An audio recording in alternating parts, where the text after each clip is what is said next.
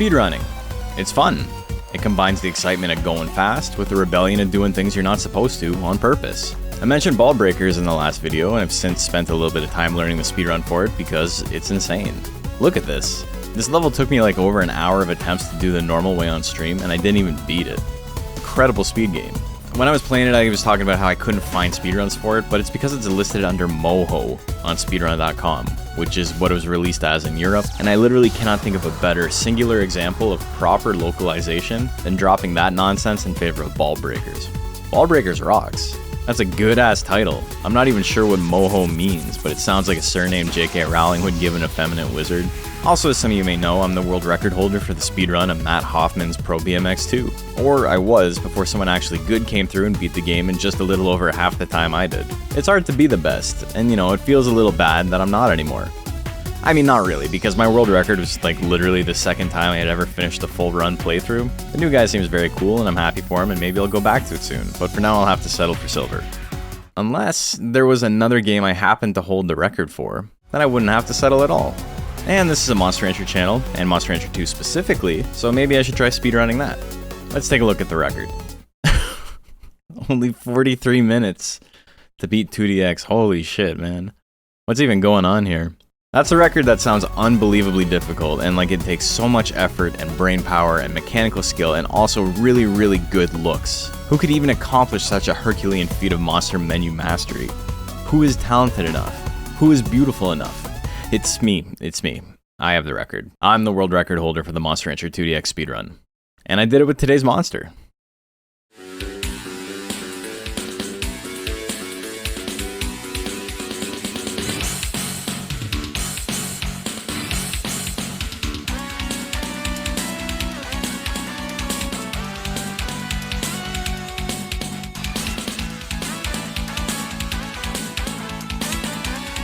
Listen, I'm old, but I've still got the right stuff.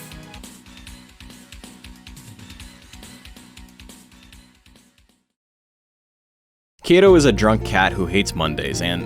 okay. Look, man, I don't even know if that intro is gonna land because the scene is so insular that it's like... it's so unlikely that you're watching my videos and you didn't know I already had the record. But it was a good bit, and you cannot let a good bit go to waste. Which is why we're also gonna speedrun today's video. I have 4 days between writing this and the end of the month of July, in which I promised 2 full-ass Rancher rundowns because the declon took so long. So, live split, do your thing. Build intelligence and speed in your set. Text.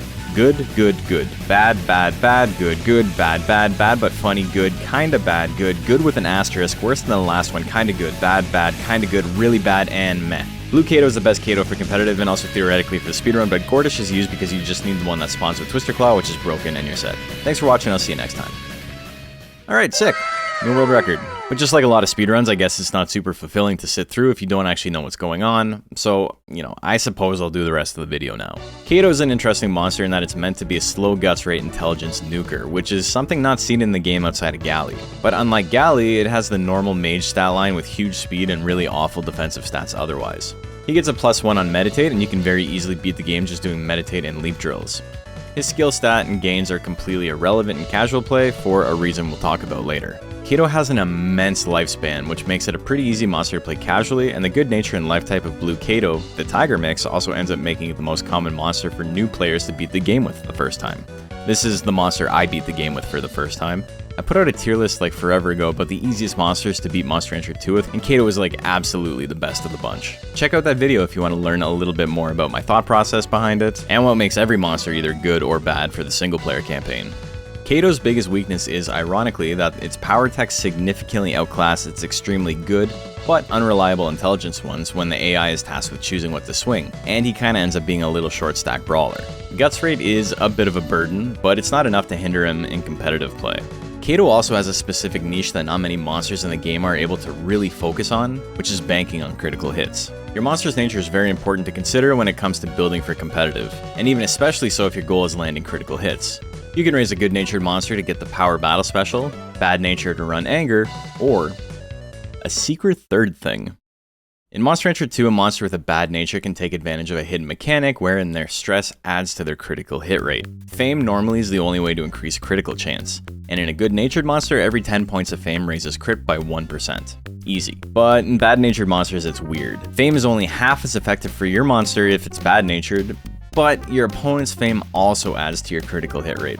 Every 20 points of yours and your opponent's combined fame adds 1% crit chance. You're maxing out at 5% additional crit chance for your own fame, but you get an additional 5% from your opponent, so complicated for the sake of being complicated, I suppose. But additionally, monsters with a bad nature also gain 1% crit chance for every 10 points in stress the monster has.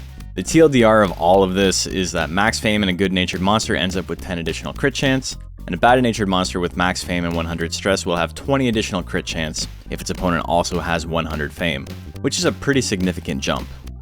Bad-natured monsters have anger as a battle special by default, but anger, which lowers your evasion in exchange for huge guts regeneration and extra withering, is a double-edged sword on monsters that aren't tanks.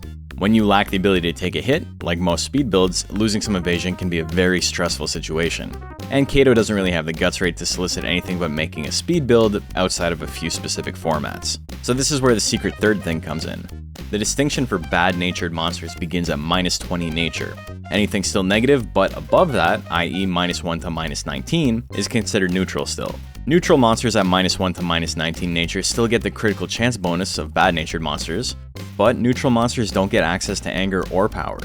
Running stress on a neutral but negative-natured monster to avoid anger and still benefiting from the high crit chance bonuses is a very viable strategy in competitive play. But most monsters and builds just simply don't have the perfect storm of high natural sharpness and weak guts regeneration to really prefer it over, just running anger.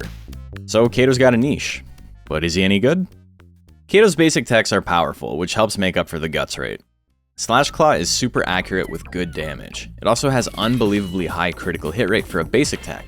So much so that it has the highest chance to crit of any basic tech, tied only with Thrust Claw, Kato's other basic tech. This is basically Arrowhead's Claw Assault with huge crit chance. It's rare for a basic tech to be in the running for a monster's most consistent damage options, but Thrust Claw is a very reliable choice for Kato, which is great because you can't get rid of it. Slash Claws is a bump up from its prereq in every way, and most Kato builds pick it up because, it's good in every matchup. It's not game winning on its own, but it's building off the base. Slash Combo is Kato's most common nuke pickup. It loses a ton of accuracy over the other moves in its chain, but that's not really enough to make it weak. Now, 36 force is not normally enough to make a main source of damage super viable, but it's the second most damaging tech on the power side. Everything on the power side having like 30% chance to crit at a minimum does a lot to boost his average damage. Hopping Claw isn't great, but it's not like you should avoid picking it up or anything. It doesn't really do enough damage to be a round opening nuke, but at least it's cheap. It's mostly inconsequential whether it lands or misses. Hopping Claw's greatest strength is that it's not really too extreme in any direction, but Jumping Claw cranks up the damage in a huge way, but it also becomes unbelievably inaccurate. Like, to a point where it's just not really usable for what it is. Weird middle child syndrome plagues yet another tech chain. Aerial Claw is just as inaccurate, and it doesn't do much more damage, but it also does a ton of withering for its cost. Spending 30 guts on a monster with Kato's guts rate is a lot, but it's got nearly 40% chance to crit. If you're looking to open a match at a huge advantage and you can stomach some risk, then you're looking at a frame 1 game winner. Phantom Claw has unbelievable numbers for 17 guts, offset by the fact that attacking with cheap techs on frame 1 is not a great choice for most monsters. In any other slot, Phantom Claw would probably be phenomenally powerful, but because it's in slot 4, it's much more situational. It's great versus monsters with high speed and low life because it just pops off immediately. So it's not bad, it just requires a little bit of knowledge of the type of tournament you're entering to really shine. Turn Claw and Kato's other sharp techs have an astronomical critical hit chance, which does a lot to make them useful, because like most sharp techs, the numbers are pretty bleak otherwise. Kato can't really afford to be out of the match for 5+ seconds to do kinda bad damage, but 40% crit chance with the bad-natured bonus, it's pretty good. Turn Claws is a huge investment, but it's actually quicker on a miss than its prereq, so, there's that at least. It's got way bigger damage, but like all of the techs in this chain, its worst attribute is probably the fact that it covers up Thrust Claw. Rolling Claw is, it's kinda like Kato's version of a mini death final. It does a good chunk of damage and withering with unbelievable sharpness at the cost of really awful accuracy. It's hard to really judge this tech in a vacuum because it's so situational. But let's be real, you're getting this tech because you think it looks sick. I don't even know if the analysis really matters, to be honest. Drill Claw is Kato's final power tech, and I suppose it's only fitting that the critical hit based monster has at least one sharp tech that's more than just usable. The numbers on this tech are honestly a bit crazy. This tech has huge burst potential for Kato, and does a lot to up his power level. The only reason a build might not actually get this is for the sake of leaving an extra slot open and allow Guts to build up a bit more. But if you're not using any of his 30 cost techs, I mean, Drill Claw is a staple pick. Kato's power techs are not really unique or like super interesting numbers wise beyond their high crit. He's got a lot of good options, but not a lot of great options. How does intelligence techs differ? Smoke Breath's numbers are actually pretty overtuned, especially for a withering focused tech, but Kato really doesn't care about trying to wither with that guts rate, especially if there's like no damage attached to it. Which is where Oil Spray comes in. Its ludicrous withering and decent force make it a heinous anti-tank option. It doesn't do nearly as well versus speedsters with that -11 hit dragging it down, but landing a hit is all but game winning otherwise. Other monsters have versions of this tech that are just straight up better overall, but it at least gives Kato a different way to play if you want to eschew the regular power build. Smoke Breath and Oil Spray are always picked up on intelligence builds because they're Kato's only way to cover the basics. Oil Fire is back, for the first time, in DX. For censorship reasons in the West, Oil Fire wasn't actually attainable in the original PS1 release of Monster Rancher 2. Despite changing the name to Oil Fire and removing all mention of alcohol, it was still scrubbed from his learn set. Why Oil Spray was still allowed is beyond me. Anyway, so what were we missing out on? It's okay. It's a pretty decent cheap heavy tech. It's like Hopping Claw, but like maybe 10% better. Oil Flame is Kato's most powerful tech from a purely force perspective. This is your standard issue ultra inaccurate nuke that all monsters are assigned when they first show up on the ranch. This type of tech sees most of its use on monsters that literally do not have anything better to swing, like Mochi or Mach. Kato isn't in quite as dire of straits as they are, so Flame ends up being mostly ignored. 20 years of waiting to become available only to be passed by. What an existence. Saddest story ever told. But moving on, Twister Claw is anomalous. The savior of small children playing the game for the first time, the one true religion in speedrunning, the perfect storm of desirable attributes in attack, and despite this, it's not seen too often in competitive play. The tech itself isn't bad, it's far from that. These are some of the most overtuned numbers on any tech in the game, so much so that in player control it's quite literally the strongest available option to swing in nearly every scenario. Not just for Kato either, like, in the game. The extraordinary hit percent means that you barely have to focus on skill at all, and with Kato getting +1s on Meditate, you really get all the gains you need through Osmosis while training your intelligence. Coupled with the unbelievably quick animation time, and it's no wonder that it became the speedrunning tech of choice. It requires so little to become a menace. This is true for competitive play as well, but the hit percent has serious diminishing returns in that arena when you're running 999 skill. So much so that Drill Claw usually ends up being the choice for slot 3. Even though the numbers on Twister Claw look like 100 times better. Kato isn't so accurate that you can dump skill like you can on monsters like Worm and Raki. The rest of his kit just doesn't have that. Tornado Claw is basically a straight downgrade, and I can't tell you why they thought it made sense. These numbers are actually still really good, which is the funny part. Even if at 35 guts this ends up being Kato's most expensive tech.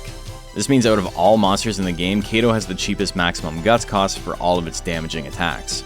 It kinda leads me to believe that there's a typo for Twister Claw somewhere making it more insane than it's supposed to be, because 10 more guts for basically just 5 more force and sharpness is a very tall ask. Oil Drinking is actually Kato's most expensive tech, but we don't count it for a reason. Oil Drinking is a recovery tech, and as such is pretty bad by default. As we've discussed before, recovery techs don't scale 1-to-1 with intelligence like normal intelligence techs do, so you can still get mostly the same recovery on a power-focused build with no intelligence at all. It's always great to have options, and Oil Drinking recovers more life than any other recovery tech, and by a sizable margin. So maybe it's good? Well, the accuracy is extremely bad, so no. But also they reintroduced another thing to DX that was removed from base Monster Rancher 2, the Drunk Battle Special. Drunk cuts your guts regeneration in half and sets your arena movement speed to the minimum, and is only available to Katos who have Oil Drinking. It's a colossal debuff for anyone intrepid enough to pick a funny tech for the sake of the bit. And as you know, you always gotta go through the bit. Pinning down what the worst tech in Monster Rancher 2 as an entire game is difficult because the context that tech is used in makes a world of difference. We literally ranked all of the techs in the game from best to worst in a truly cursed stream that took hours and ended up buried on my hard drive somewhere. I can't find it, you just have to trust me that it happened. But out of every single tech in the game, it was collectively decided that oil drinking is the worst. A bad archetype that's extremely expensive and gives you a game-losing debuff when it connects. Oil drinking is best used as a desperation play with 1 second left on the clock, so drunk doesn't actually have any negative effect. But what's a best case scenario actually worth for a tech like this? Almost anything else in his arsenal would still be better. Kato has 3 more techs actually. All intelligence, all withering, and all crossover. Bolt is only available to blue Kato, the Tiger sub. It's kinda crappy and it doesn't really accomplish much because of how low both the damage and withering are, but coming in at a cost cheaper than even Thrust Claw, it can be pretty annoying to deal with when it's spammed. Lick is only available to Citrony, the Suezo sub, and it gives Kato an option for an intelligence tech to cover up Slash Claw.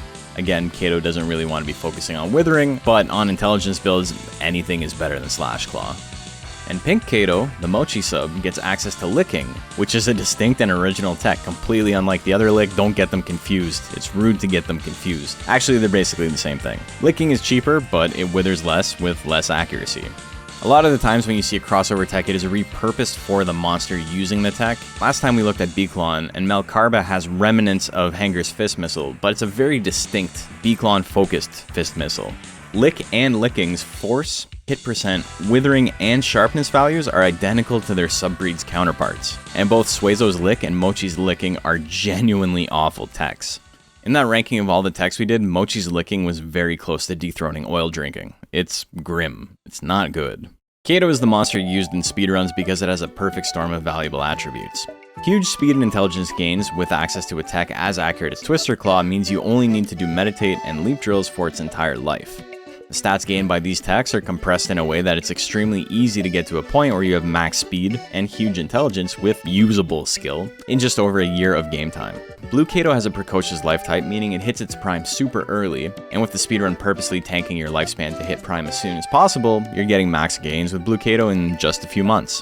In the PS1 version of the game, this is all you needed to know. In DX, however, Gordish, the Galley subbreed, is used despite having a much worse life type and hitting prime way later for a very important reason. There's a special Gordish spawn that starts with Twister Claw. Twister Claw is broken. We've talked about it. But its biggest weakness, especially in a speedrun like this, is that it's not actually very easy to obtain. Phantom Claw has priority over it on the Torbil Errantry, meaning the strategy used to be to raise your stats in a way that increased your intelligence without increasing your skill, to boost the chance to learn Twister while leaving the learn chance for Phantom relatively low. Not really a fun way to play the game. There's already so much RNG, this was not something that needed to be added. Gordish completely bypasses this and also happens to have a lot more starting life than Blue Kato, which matters a lot late game. Blue Kato is still the theoretical best monster, not including like tool-assisted speedruns, and the fastest theoretical time actually involves wasting a bit of time early on to combine the Twister Claw Gordish with the Tiger, to get a Blue Kato with an inherited Twister Claw. But this only has a 15% chance to succeed, and it ends up being super risky late game because everything in the Major 4 can one-tap the Blue Kato, since its life starts so low, and it never catches up to the Gordish. Unfortunately though, in competitive play, Kato doesn't fare nearly as well. Kinda similar to B-Klon in this sense, he's smack dab in the middle viability-wise. He's fine, he's got a lot of cool options, but he's never really a favorite. Kato can get really creative with its tech loadouts though, which is something B-Klon sometimes struggles with. It's a pretty good mixed attacker with Twister Claw and Oil Spray, and it's able to rely on a lot of dependable power techs. Drill Claw and Slash Claws end up being the big standouts in a lot of builds. Blue Kato was one of the first mons I won a tournament with long before the release of DX, and my boy Uncle Cracker is still ripping it up in welterweight whenever that comes around. He's a really fun monster to train, and I guess a lot of people agree with me, because despite not being super good, he gets a ton of representation in tournament. People like cats.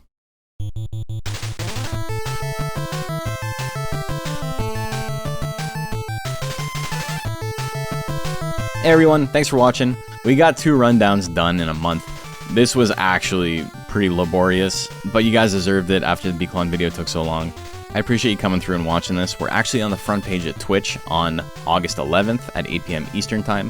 That's going to be a lot of fun. We're probably just running a Monster Rancher tournament. I don't know if I have anything special planned for it. Thank you to everybody who subs and likes the videos and all that fun stuff. It really does help out the channel. Thank you to everyone on Patreon. And we're starting to get to the end of the Rancher rundowns. I don't have a lot of monsters to talk about anymore.